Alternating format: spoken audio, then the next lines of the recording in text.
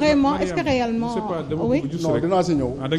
est-ce que réellement on doit faire porter le chapeau à l'OFNAC est-ce que ñoom la ñu war a pointer du doigt parce que ñoom également seen mission la ñuy mener. man damay dagg la poire en deux. Parce que quelque part OFNAC bi Nafi Ngom Keïta di fa nekk. xam nga dañu ne normalement képp koo xamante ne ni fal nañ la. ngay gérer budget bu ëpp 1 milliard. da nga war a def déclaration de patrimoine. Cour suprême seen budget ëpp na 1 milliard. le premier président Cour suprême waroon na def donc déclaration de patrimoine am. bi ko si Nafi Ngom Keïta interpellé mu ne du ko def. Nafi Ngom Keïta moom mooy wax de moo ne moo woo président de la république pour boole Badio Camara pour mu déposer patrimoine am xam nga lan la ko président wax bàyyil jàmm. bàyyil jàmm la ko wax. bàyyil jàmm.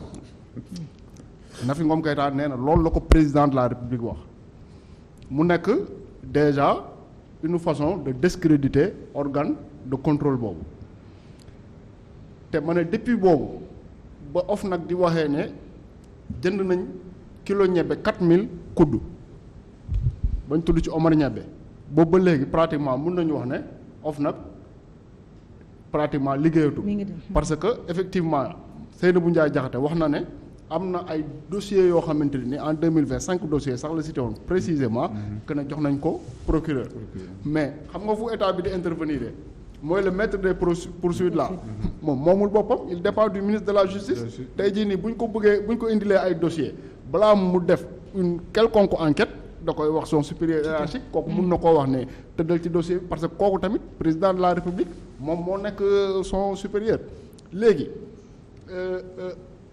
Pape Matar wax na sànq ne présidence de la république lañ ko déposé c'est vrai amuñu pour déposer ko foofu mais pourquoi précisément ñu déposer ko fa parce que dans ce pays là depuis 2018 rapport corps de contrôle génn fi depuis 2018 bu mujjee génn 2018 cour des comptes moo ko génne woon la ñu waxoon garaaw ba mu naroon a yàqal le régime ci élection présidentielle 2019 yi xam naa loolu moo tax ñu ne leen yéen seen rapport yi dencal leen ñu ko depuis 2018 pourquoi nag léegi 2022 à quelques mois des élections ñu génne un rapport di jox dëgg opposition di ne ki nekk ci pouvoir kat moo deful yoon pourquoi pour man foofu la coow li nekk.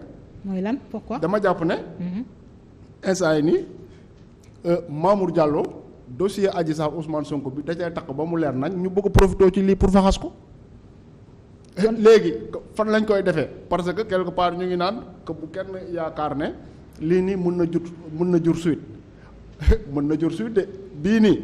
dossier bii nii parce que quelque part ce sera une façon balaa ñoo yegg ci dossier Adji Sarr Ousmane Sonko ba mais ñu fexeel Mamour Diallo ci dossier OFNAC bi ci dossier boo ci loo xamante ne nii takk na ba sénégalais yépp jàpp ne kii takk na mais kooku koy ci loolu lay gën a yombee pour nga enfoncer ko. kon pour wan sénégalais yi que ni léegi nag sanctionné nañu. très bien pour wane ne sanctionné nañ ko te lu gën a garaaw mooy. rapport OFNAC bi nekkul dafa dëggal Ousmane Sonko rek de parce que 94 milliards yi dañ ci defoon commission d'enquête parlementaire. député yi daje waxtaan. l'Assemblée nationale. très bien waxtaan ne. deful dara. Ousmane Sonko mooy waxi waxam. mais rapport bi dafa weddi Assemblée nationale dëggal Ousmane Sonko mais lu gën a tee garaaw. le doyen des juges bi génn àdduna. mais dafa classé dossier bi sans suite. problème bi. dafa classé dossier bi sans suite tey OFNAC ñëw woon ne. la nga classé woon sans suite kat. am na suite baa ngi nii. léegi nu ñu koy defee léegi. nu ñu koy defee de toute façon ubbiwaat beneen procédure rek. ubbiwaat beneen procédure rek mais li gën a am solo mooy que man dama jàpp ne quelque part dañu gis nañu ne peut-être ce sera favorable aux yeux de l'opinion ñu wax ne kat. comme que dëkk bi moom dañ naan kumba am ndey kumba amul ndey moo fi nekk ñu ne Mamour Diallo nii ngeen wax c'est un exemple épinglé nañ ko mais tey ay poursuites fekk nañ ko ci. waaw loolu lañ bëgg. loolu la ñu bëgg pour nax sénégalais yi. mais xam nga tey daam mu ngi naan ay président Macky Sall ku ànd ak moom loo munti def du la def dara nangam sàngam mais c'est parce que moom moo dàq def gaa yi. billaay. parce que président Macky Sall moo dàq def gaa yi Macky Sall bu mu déposé 2012. déclaration de patrimoine am mais foofu lañ ko disqualifié pour muy toppati nit 2012 bu mu defee déclaration am ne am na 8 milliards. si boobu. lañ ko disqualifié pour moom mu ne day topp nit. ci ay ay kii. te xam nga lan moo gën a garaaw. man dama compter mois yi nga xamante ni président Macky Sall def na ko ci régime Ablaye Wade. de 2000 à 2008 xam nga ñaata mois la. ñaata 94 mois. bu doon chaque mois dañ koy fay 10 millions sax. ça ne ferait pas 8 du am 1 milliard du am 1 milliard. mu mun ci dajale 8.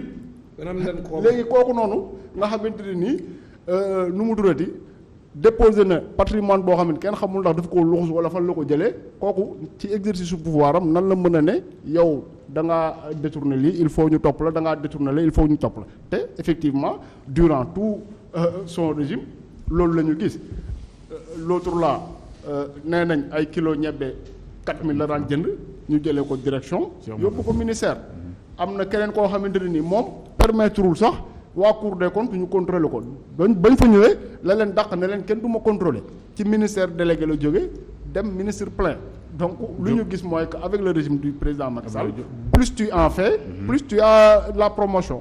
Alors Abdou Khadre est-ce que d'accord nga avec Mame Birame li muy wax et encore que tey jii aussi mu ni ki kaawu Mamour Diallo bi ce sera cas boo xam ni dañ koy àtte pour montrer aux Sénégalais que ni ñoom ñi ngi topp dossier yi nga xamante ni moo aju ci OFNAC bi mu leen jox. waaw xam nga OFNAC institution la. autorité mais ma ni dafa bokk dépendre ci présidence de la République ñu rattaché ko ci présidence de la République présidence de la République nekk institution. donc su dee war na am rapport. rattaché wu ñu ko présidence de. fu ñu ko rattaché xanaa ci jaww ji la nekk présidence. non ci jaww ji la nekk xëy na présidence. mais fu ñu ko rattaché. rattaché wu ñu ko présidence. mais OFNAC mënul nekk réew ci boppam. autorité administrative la rattaché wu ñu même bu dee autorité avec dafa am autonomie tamit c'est rattaché. non voilà.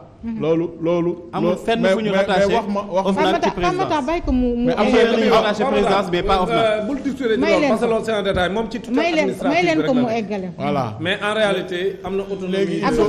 voilà léegi je pense que ak lu mu mënti demee de toute façon le président de la République est la clé de voûte des institutions système bi ñu am état mooy sujet de droit international on est dans un régime.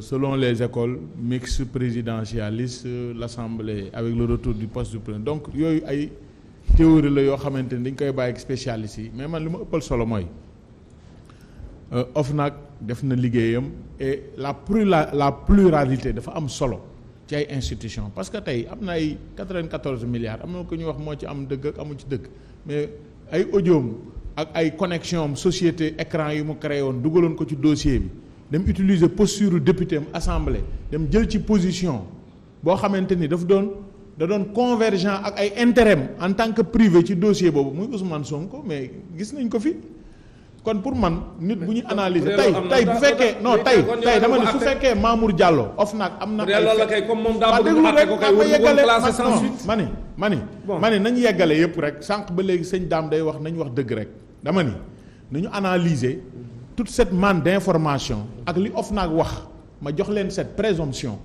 maanaam tey nit dëgg bu ñëwee dal sa kaw nangu ko nu mu mënti demee loolu mooy li nga xamante ni mooy war a nekk posture ku nekk ci ñun donc OFNAC li ñu wax ci seen conclusion partielle yooyu wala ci seen angle d'attaque nangul naa leen ko wante audio yooyu fi jaar famille yooyu daje li déchiré ay famille indi fi ay opérateur ñu noo nekkoon comme ay du ma wax ay vautours mais en tout cas ñuy dàq ay intérêt autour d'une famille ba après bi ébruité am yu mu génnee dama ni man jamono yooyu loolu lépp gisoon ni justice war na koo leeral loolu voilà pour man yooyu yëpp nag kon kay waruñoo classé sans suite non pas classé mais loolu la wax classé non jamais mais loolu la def on a jamais non loolu moo ci am yow li ngay wax ni c'est extrêmement grave que dañ ko war a atte y a pas de grave defal mais si c'est extrêmement grave quand il y a des faits nouveaux quand il y a des faits nouveaux non OFNAC déggoo li ma dama leen jox présomption bu ñu amee ay faits nouveaux ba am conclusion yu bees yu génn mais bu ñu demee transférer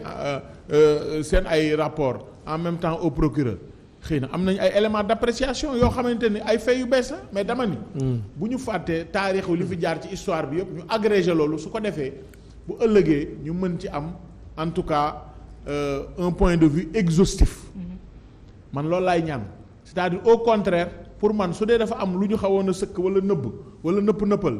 nañu génne kon gëm nga ni bii yoon dina dem justice gëm nga ni bii yoon na dem justice. mais je l'espère fortement que daañu bàyyi dossier mu yegg fortement. et que cette fois-ci kenn dootu ko classé sans suite daañu ko àtte. amul cette fois-ci daam déglu ma xam nga les éléments de langage ont leur subtilité. bu ma wax cette fois-ci. daam xam nga ñun ñëpp ñoo bokk. mais non dama lay wax non mais daam bàyyi ko mu poursuivre bàyyi ko mu wax. dégg nga de man li ma gëm mooy lépp lu fi mës a jaar dem ci loxo institution dama jox présomption ña fa nekk ni man ëpp ma leen dose de patriotisme analyser nañ ko. kon mënuñu jàpp ni Mamour Diallo ce sera l'agneau du sacrifice bu fekkee ne loolu la peut-être ñii di bëgg a wax dañuy. non Mamour ak keneen dama ni man damay jox ñëpp présomption mais su amee ay faits yu bees. nañ ko analyser ñu delluwaat gëstuwaat ko parce que. fee yu bees amu fi de même fee yi la.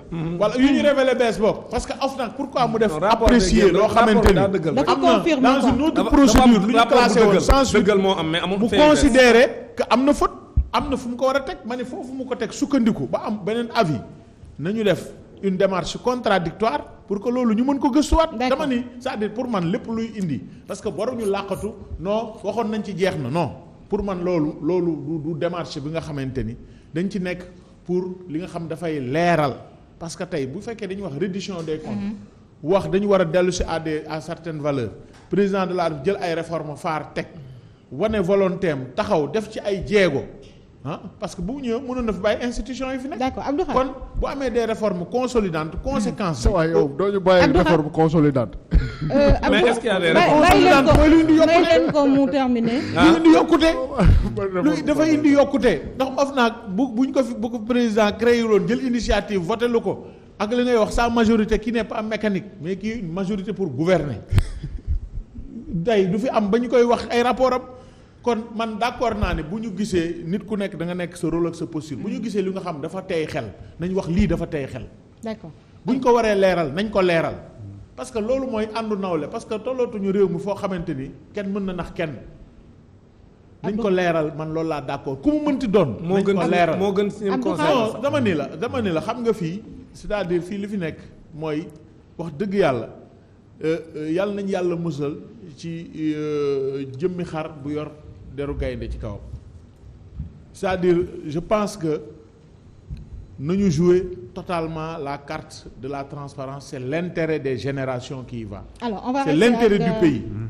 tey Sénégal am na ay avancées sur le plan économique am na ay bons am na ay pas de géant yu mu def mais un bilan c'est un tout donc la reddition la question de rendre compte de retourner chez les citoyens d'aller vers l'élection de façon régulière donc c'est tout un corpus c'est tout un dispositif qui permet aujourd'hui ñu gën a ñoŋal alalu askan wi ndax bu baax di bàkku gën dafa taxawul donc loolu man dañ ci d'accord à 100% lépp lu koy leeral nañ ci taxaw pour que mu bët li may bañ daal mooy ñu jógewaat ci dara ñuy nëppal di wax nii la demee nii la demee ñu bañ a bàyyi vraiment ay rumeurs. Abdou Khadre on va rester avec vous s'il vous plaît. ñu mettre en avant la présomption pour tout le monde ça la présomption ne doit pas être sélective mais qu'on ait suffisamment de rigueur ci lépp lu ñuy enquête pour mu leer ñu demee ba gis ni diw yaa jël ñun yaa xayti yaa jël mu leer.